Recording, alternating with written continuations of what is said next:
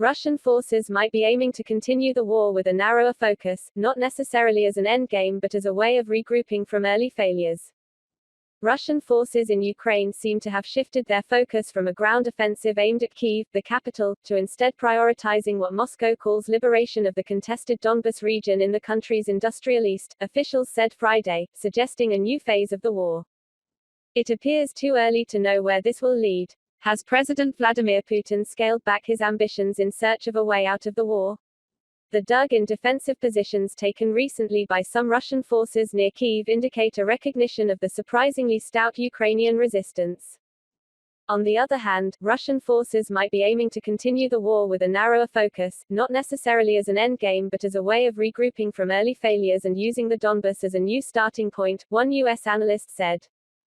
Putin's forces are under great strain in many parts of the country, and the United States and other countries are accelerating their transfer of arms and supplies to Ukraine. In recent days, U.S. officials have said they see evidence of Ukrainian defenders going on the offensive in a limited way in some areas. Earlier this week they managed to attack a large Russian ship in port on the Black Sea coast. Putting a positive face on it all, the deputy chief of the Russian General Staff said his forces had largely achieved the main objectives of the first phase of what Moscow calls a special military operation in Ukraine. Kol General Sergei Rudskoy said Russian forces had considerably reduced the combat power of the Ukrainian military, and as a result Russian troops could focus on the main efforts to achieve the main goal, liberation of Donbas. In apparent response to Rudskoy, Ukrainian President Volodymyr Zelensky appealed anew to Russia to negotiate an end to the war but pointedly said Ukraine would not agree to give up any of its territory for the sake of peace. The territorial integrity of Ukraine should be guaranteed, he said in his nighttime video address to the nation. That is, the conditions must be fair, for the Ukrainian people will not accept them otherwise. A month of fighting has left Russian forces stalled in much of the country, including on their paths toward Kyiv.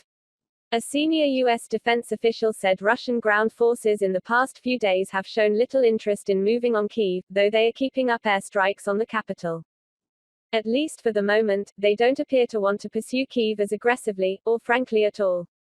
They are focused on the Donbas, the official said, speaking on condition of anonymity to discuss internal U.S. assessments of the war. From the start of the invasion February 24, Putin has been vague in publicly describing his military goals in Ukraine.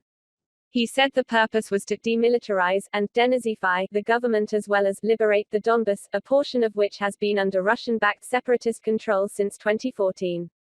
Putin arrayed more than 150,000 troops on Ukraine's borders and then pushed them on numerous approaches toward diverse objectives, rather than concentrating on a single strategic goal like Kyiv or the Donbas.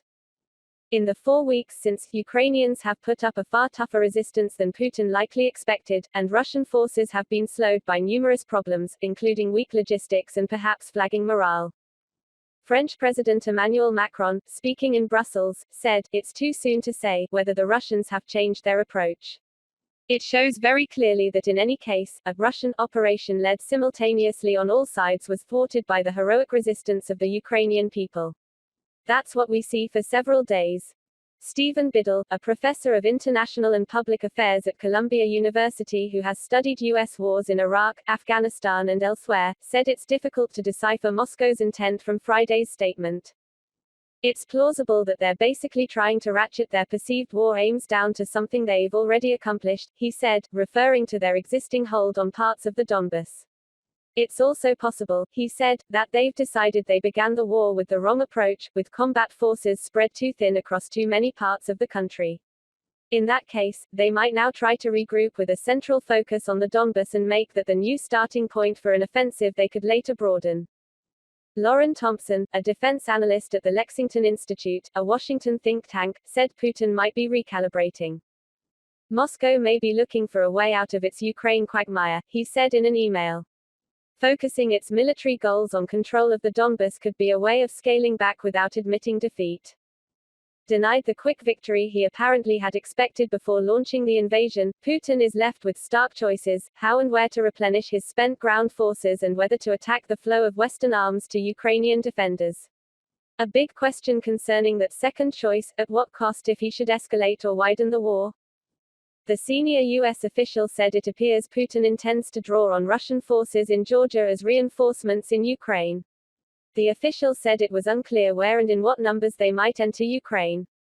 Russian shortcomings in Ukraine might be the biggest shock of the war so far. After 2 decades of modernization and professionalization, Putin's forces have proved to be ill-prepared, poorly coordinated and surprisingly stoppable. The extent of Russian troop losses is not known in detail, although NATO estimates that 7,000 to 15,000 have died in the first 4 weeks, potentially as many as Russia lost in a decade of war in Afghanistan. Robert Gates, the former CIA director and defense secretary, said Putin has got to be stunningly disappointed in his military's performance. Here we are in Ukraine seeing conscripts not knowing why they're there, not being very well trained, and just huge problems with command and control, and incredibly lousy tactics, Gates said Wednesday at a forum sponsored by the OSS Society, a group honoring the World War II-era intelligence agency known as the Office of Strategic Services. Battlefield trends are difficult to reliably discern from the outside, but some Western officials say they see potentially significant shifts. Air Vice Marshal Mick Smith, London's defense attaché in Washington, says British intelligence assesses that Ukrainian forces probably have retaken 2 towns west of Kyiv. It is likely that successful counterattacks by Ukraine will disrupt the ability of Russian forces to reorganize and resume their own offensive towards Kyiv, Smith said in a brief statement Wednesday. Not long before Putin kicked off his war, some U.S. military officials believed that he could capture Kyiv in short order, perhaps just a few days, and that he might break the Ukrainian military within a couple of weeks.